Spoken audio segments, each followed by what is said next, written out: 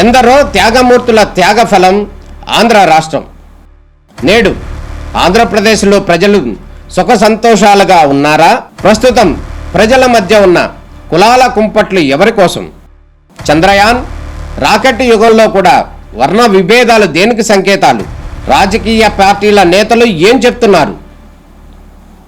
నేటి కాలంలో ప్రపంచాన్ని శాసించే మన యువత మేధాశక్తి ఏం కోరుకుంటుంది? తెలుసుకోవాలంటే ఆంధ్ర యువగలం. ప్రజల మాటే మా నోట. అధ్యక్ష, ఒక 2-3 నిమిషాలు ఎక్కువ ఇవ్వాలి అధ్యక్ష. ఎందుకంటే 5 minutes ప్రత్యక్ష సాక్షిని నేను. అందరూ సాక్షి. శాసనసభలో ఉన్నాను, అందరూ సాక్షి. శాసన మండలిలో జరిగిన పరిణామాలు చూశాను. చంద్రబాబు నాయుడు గారు, లోకేష్ బాబు గారు ఆధ్వర్యంలో రాష్ట్ర పార్టీ అధ్యక్షుడిగా అమరావతి ఉద్యమాన్ని కూడా 5 సంవత్సరాలు చూసినటువంటి వ్యక్తిని కాబట్టి ఒక 2-3 నిమిషాలు ఇవ్వాలి. ఎవరికి బోరు కట్టదు, అన్ని వాస్తవాలు చెప్తాను అధ్యక్ష. ఈరోజు ఒక చారిత్రాత్మకమైనటువంటి దినం. ఈ దినం ఒక ప్రత్యేకమైనటువంటి శాసనసభ పెట్టి ఆంధ్రప్రదేశ్కి రాజధాని గురించి ఒక నిర్ణయం తీసుకునే సభలో నన్ను మాట్లాడే అవకాశం కల్పించినటువంటి మీకు ముందు హృదయపూర్వకంగా ధన్యవాదాలు తెలియజేస్తున్నాను అధ్యక్ష. తెలుగు జాతి పుట్టినప్పటి నుంచి కూడా ఒక గౌరవప్రదమైనటువంటి జాతి అధ్యక్ష. ఎవరికి ఇబ్బంది పెట్టనటువంటి జాతి.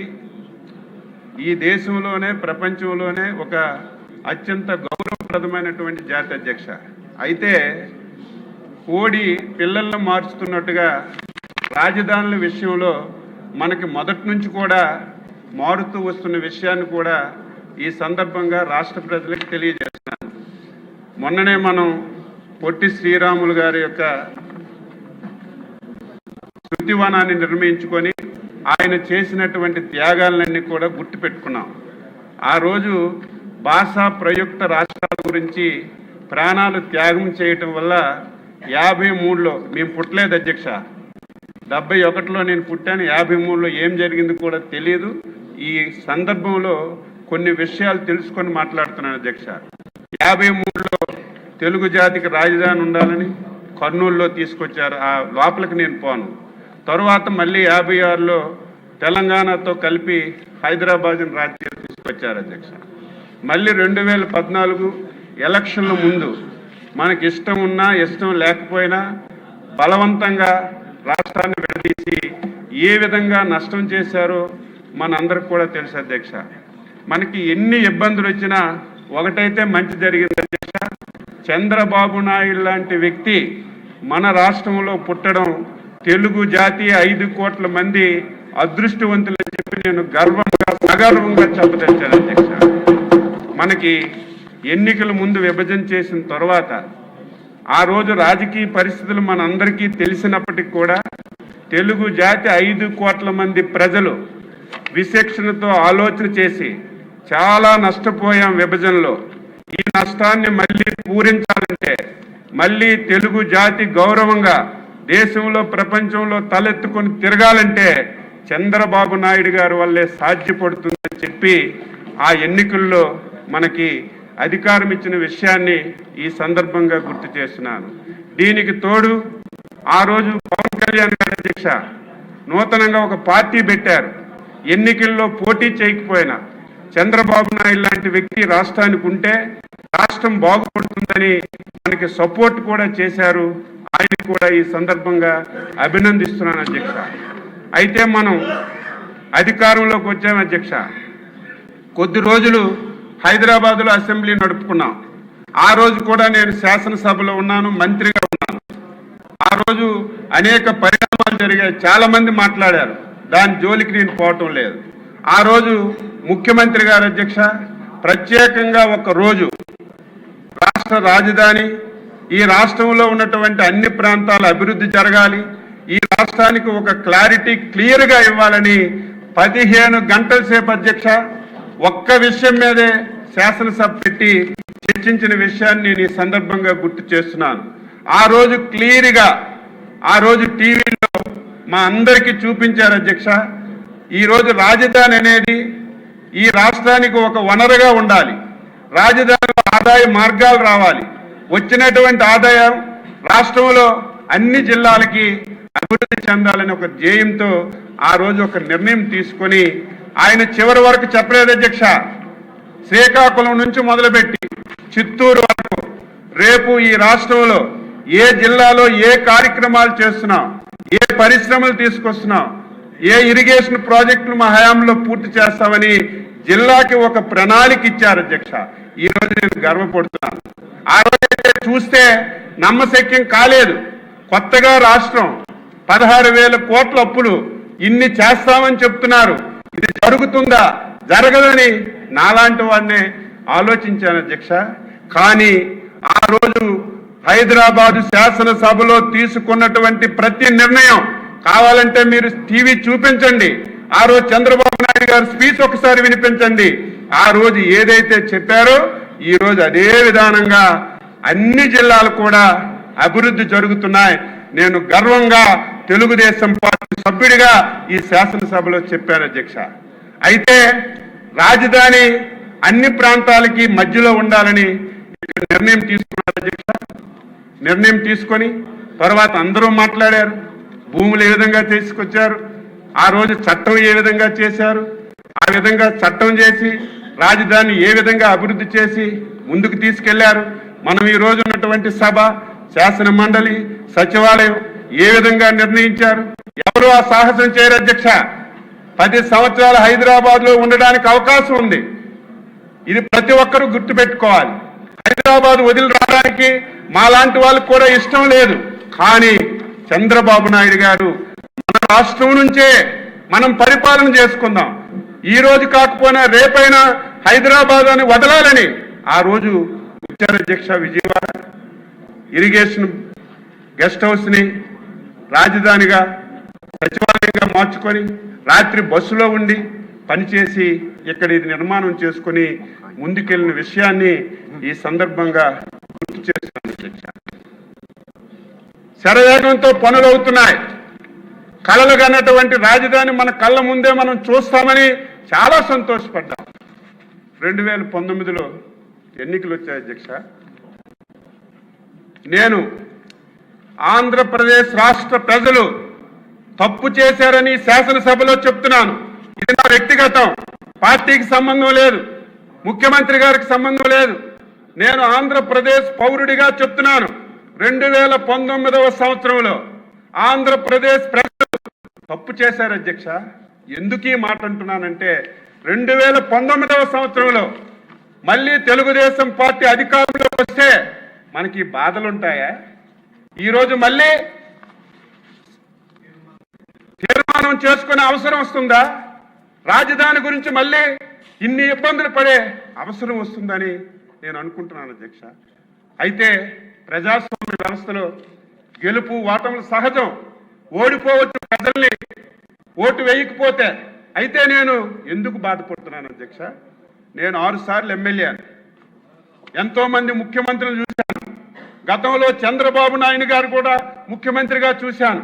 కానీ 2014-19 ఆంధ్రప్రదేశ్ రాష్ట్రానికి ఒక స్వర్ణయుగం అధ్యక్ష. మీరు కూడా ఉన్నారు. లోకేష్ బాబు గారు పంచాయతీరాజ్ మినిస్టర్గా కూడా ఉన్నారు. ఈ 5 సంవత్సరాలు ఈ రాష్ట్రంలో జరిగినటువంటి అభివృద్ధి కానీ, ఈ రాష్ట్రంలో మనం అందించినటువంటి సంక్షేమం కానీ ఆంధ్రప్రదేశ్ చరిత్రలో ఎప్పుడూ చేయలేదు అధ్యక్ష. ఎంత చేసినా సరే ఎందుకు ఓడించారని బాధపడ్డాం, భయపడ్డాం. పోనీయాలు కానీ ఎవరో కొత్తగా ఆకాశం నుంచి వచ్చి ఒక రాజకీయ పార్టీ పెట్టి నేను అది చేస్తాను ఇది చేస్తానని నమ్మిస్తే ప్రజలు ఓట్లేశారంటే నేను హర్షిస్తాను అధ్యక్ష. ప్రజాస్వామ్యంలో అది సహజం. కానీ తండ్రి అధికారాన్ని అడ్డం పెట్టుకొని 1,00,000 కోట్లు దోచుకొని 16 సంవత్సరాలు జైల్లో ఉన్నటువంటి ఒక దొంగకు ఓటేశారే, అది నాకు బాధ, ఆవేదన కలుగుతుంది అధ్యక్ష. కానీ ప్రజాస్వామ్యంలో ఓటేశారు, అధికారాన్ని ఇచ్చారు, ముఖ్యమంత్రిగా బాధ్యతలు స్వీకరించారు. ఏం చేయాలి? ఈరోజు ప్రభుత్వం అంటే ఒకళ్ళ ఆస్తి, ఒకళ్ళ సొంతమా? కంటిన్యూషన్ ప్రాజెక్ట్ అధ్యక్ష. ఈరోజు జగన్మోహన్ రెడ్డి ఏదైనా చేస్తే అది మంచి ఉందంటే మనం కొనసాగించాం. ప్రజలకు ఉపయోగపడుతుందంటే దాన్ని మనం పూర్తి చేసి ప్రజలకు అంకితం చేశాం. కానీ దుర్మార్గుడు ఈ మాట అనకూడదు, కానీ అనక తప్పడం లేదు అధ్యక్ష. కష్టాల్లో బాధల్లో రైతులు 34,000 ఎకరాలు ఇచ్చి మా బతుకులు బాగుంటాయి, ఆంధ్ర రాష్ట్రానికి ఒక రాజధాని ఇస్తాం. దేశంలో అనేక నగరానికి రాజధానులు ఉన్నాయి అధ్యక్ష. హైదరాబాద్ ఉంది తెలంగాణకి, బెంగళూరు ఉంది కర్ణాటకకి, చెన్నైకి మద్రాసు ఉంది, ముంబై ఉంది. పెద్ద పెద్ద రాజధానులు ఉన్నాయి అధ్యక్ష. మనం ఏం తప్పు చేశాం? హైదరాబాద్ పోయిందని అర్థం కాదు, దానికి మించిన రాజధాని నిర్మించుకోవాలి, భావి తరాలకి మంచి చేయాలని ఒక శిల్పిలాగా కష్టపడి పనిచేస్తే దుర్మార్గుడు వచ్చి ఈ రాష్ట్రాన్ని ఏ విధంగా నాశనం చేశాడో చెప్పవలసిన అవసరం లేదు అధ్యక్ష. నాకు బాగా గుర్తు అధ్యక్ష, డిసెంబర్ 17 అందరూ వాళ్ళే, మేము 22 మందిని గెలిచాం. అందులో ఒకరు రాకపోతే 16-17 మంది రోజు వచ్చేవారు. ఆ రోజు షార్ట్ డిస్కషన్ పెట్టారు అధ్యక్ష. అమరావతి రాజధాని మీద షార్ట్ డిస్కషన్ పెట్టారు. మొత్తం 151 మందితో మాట్లాడించారు.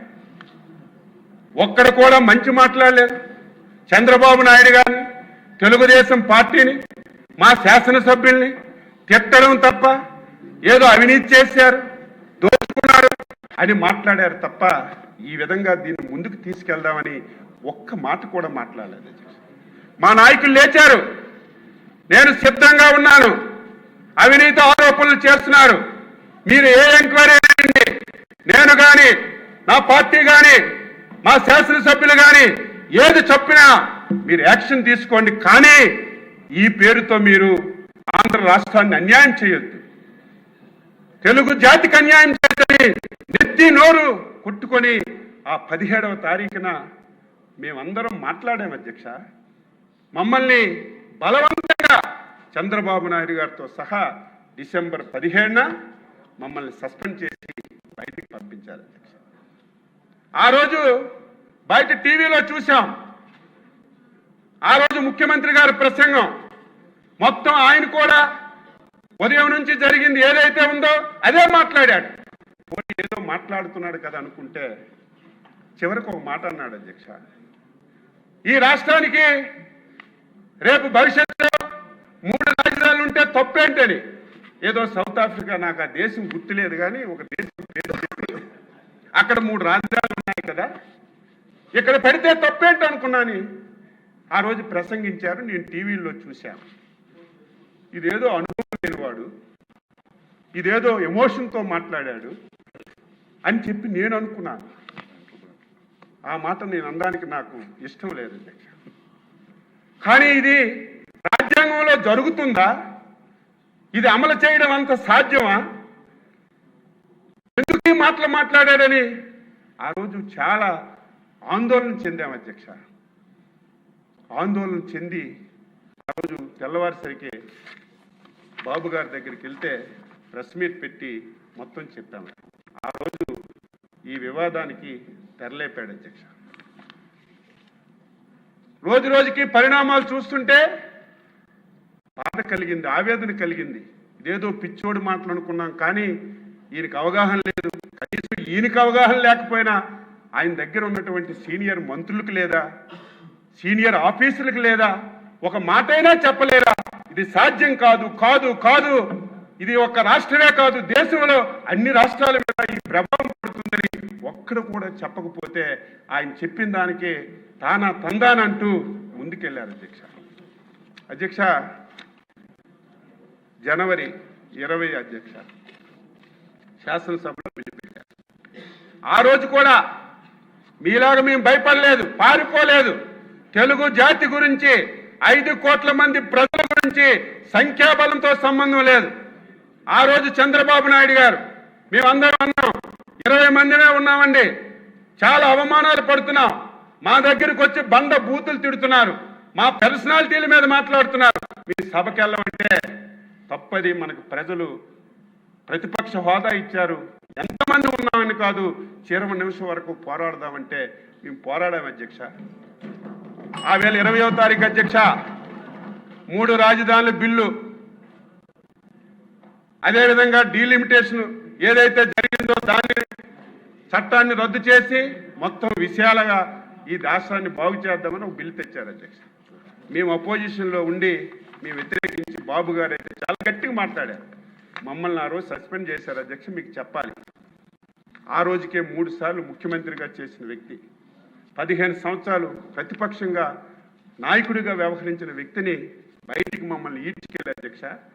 ఒక డొక్కు బస్సు అధ్యక్ష, డొక్కు బస్సుకు టైర్లు ఉన్నాయో తెలియదు, అంత దరిద్రమైన బస్సులో మమ్మల్ని ఎక్కించి ఇక్కడ 4 గంటలకు ఎక్కించారు అధ్యక్ష. రాత్రి 11 గంటల వరకు ఎక్కడ తిప్పారో లేదు, ఎటువైపు వెళ్తున్నామో తెలియదు.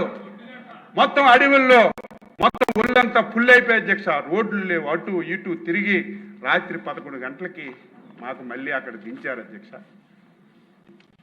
ఇది చాలా దారుణమైనటువంటి సంఘటన ఇక్కడ అయింది అధ్యక్ష. మా పోరాటం చేసాం, ఆ రోజు నుంచి రైతులు పోరాటం చేశారు, దాని జోలికి పోవక్కర్లేదు అధ్యక్ష. ఆ రోజు చట్టం అమలు కావాలంటే శాసన మండలి కీలకం అధ్యక్ష. నాకు తెలిసి సంఖ్యాదళంలోకి నేను వెళ్ళగానే 58 మంది ఎమ్మెల్సీలు ఉంటే వాళ్ళు 8 మందే ఉన్నారు అధ్యక్ష. మిగతా వాళ్ళందరూ తెలుగుదేశం, మిగతా పార్టీలు ఉన్నాయి. 21 ప్రజాస్వామ్యానికి ఒక చీకటి రోజు అధ్యక్ష. అది నాకు తెలిసి ఎప్పుడు ఈ రాష్ట్రంలో ఇటువంటి పరిణామాలు జరగలేదు. శాసన మండలిలో ఇక్కడ ఉన్నటువంటి బిల్లు అధ్యక్ష పాస్ చేయడానికి అధికారం లేదు. 8 మంది సభ్యులతో బిల్లు పాస్ అవ్వదు అధ్యక్ష, అందరికీ తెలుసు. కానీ ఎలాగైనా బిల్లు పాస్ చేసి ఈ రాష్ట్రాన్ని విడదీయాలని, మొత్తం తెలుగు జాతిని విచ్ఛిన్నం చేయాలని ప్రయత్నం అధ్యక్ష. ఆ రోజు పెద్దలు షరీఫ్ గారు చైర్మన్గా ఉన్నారు. రంజాన్ మాసం అధ్యక్ష.